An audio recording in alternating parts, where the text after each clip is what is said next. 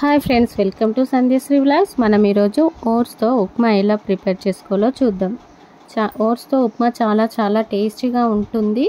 ఒక్కసారి ఇలా ట్రై చేసి చూడండి. ముందుగా గిన్నె పెట్టి ఓట్స్ని దోరగా వేయించుకోవాలి. అలా వేయించి పక్కకు తీసుకోవాలి.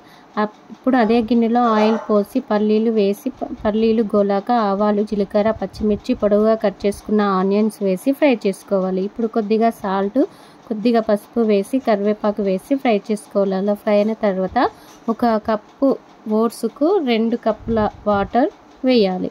ఒక 5 మినిట్స్ ఉంచి ఇప్పుడు వాటర్ బాగా వేడి అయ్యాక ఓట్స్ని కలుపుకోవాలి. అలా వాటర్ అంతా ఇనికే దగ్గరికి వచ్చే వరకు కలుపుకోవాలి. అంతే, ఓట్స్ ఉప్మా రెడీ. చాలా టేస్టీగా ఉంటుంది. ఒకసారి ఇలా ట్రై చేయండి oats upma. Please like and subscribe చేయండి.